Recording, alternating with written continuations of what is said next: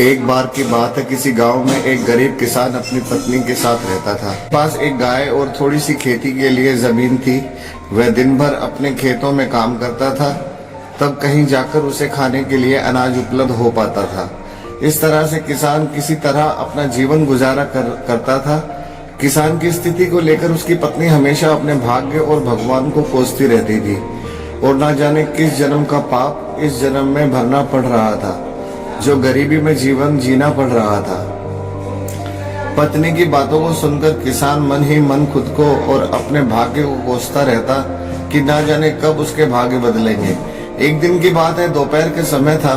किसान खेतों में आकर अपने घर पर अपनी पत्नी के साथ खाना खाने जा रहा था कि इतने में एक साधु महाराज भिक्षा मांगते हुए उसके दरवाजे पर पहुंचे। साधु की आवाज सुनते ही किसान घर के बाहर आया और बोला, महाराज, हम सभी पहले से ही इतने गरीब हैं कि किसी तरह अपना जीवन गुजार रहे हैं। ऐसे में हम आपको कहां से दान दें? हमारा साथ तो ऊपर वाला भी छोड़ चुका है। गरीब किसान की बात सुनकर साधु महाराज उसकी स्थिति को समझ चुके थे और बोले, क्या तुम सच में अपने को गरीब मानते हो? ईश्वर पर तुम्हारा विश्वास उठ गया है? किसान ने साधु की बातों को सुनकर हाँ भी भर दी और बोला, हाँ महाराज, हमारे साथ ऐसा ही है। अब आप ही चाहो तो अब आपके आशीर्वाद से शायद हमारी किस्मत बदल जाए। किसान की ये बात सुनकर साधु महाराज ने कहा, ठीक है, जैसा हम कहते हैं ठीक है, वैसा ही करते जाओ। गरीब किसान बोला, क्या करना होगा हमें, जिससे हमारे अच्छे दिन आ जाएं और हमारी गरीबी दूर हो जाए? साधु महाराज बोले, ठीक है, आज से वह काम करना पड़ेगा जिससे ईश्वर तुमसे प्रसन्न हो। सबसे पहले अपनी गाय को बेच दो और गाय के बदले मिले पैसों के अनाज खरीद कर ले आना। साधु की ये बात सुनकर किसान बहुत चक्का रह गया। उसके पास अपनी खेत की जमीन और एक ही यही गाय तो सहारा है। इसे भी बेच देगा तो फिर करेगा क्या? साधु उसे समझाते हुए बोले, अगर मेरे बताए हुए रास्ते पर चलने से तुम्हारा कुछ भी नुकसान होता है तो उसकी भरपाई मैं कर दूंगा।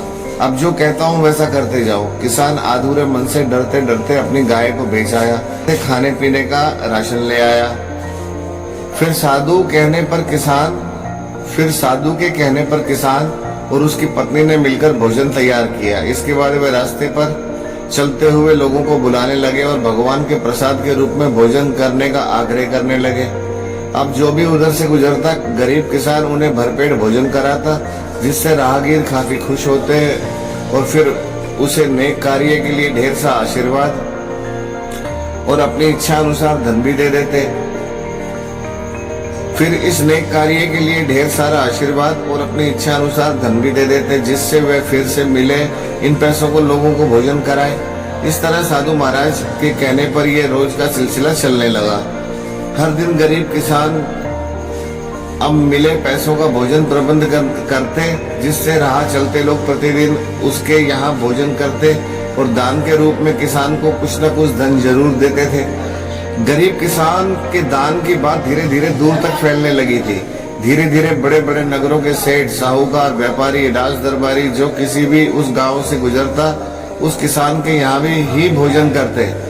बदले में किसान को इस महान कार्य के लिए ढेर सारा धन भी देकर चले जाते। धीरे धीरे गरीब किसान मिले पैसों से अमीर होने लगा और उसने एक गाय के बदले कई गाय खरीद ली और अपने भोजन कार्य को भी बढ़ाने लगा। अब किसान मन ही मन खुश होने लगा था। उसे अपने बदलते किस्मत पर भरोसा होने लगा था। उसे देखकर साधु महाराज किसान का हाल पूछते हुए बोले, अब बताओ, तुम अब भी वही गरीब किसान हो? अब भी दिन रात मेहनत करते हो, ईश्वर के बताए गए पुण्य के मार्ग पर चलते हुए लोगों को भोजन कराते हो, जिससे ईश्वर भी तुमसे प्रसन्न है। पहले जहां तुम खुद के लिए मेहनत करते थे और खुद के लिए सोचते थे, लेकिन अब दूसरों की भलाई के बारे में सोचने लगे हो। इस वजह से अब ईश्वर भी तुम्हारे साथ नेक कार्य में साथ देते हैं। यानी हम सभी ईश्वर को कोसते हैं तो जरूर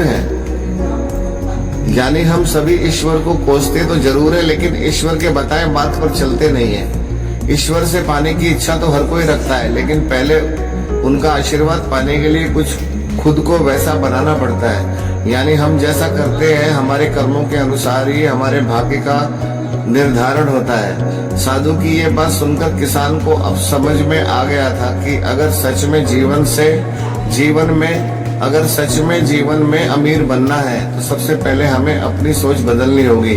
अपने लिए तो कोई भी जी लेता है, यदि हम दूसरों के लिए जीना शुरू करते हैं तो ईश्वर हमारी सहायता जरूर करते हैं।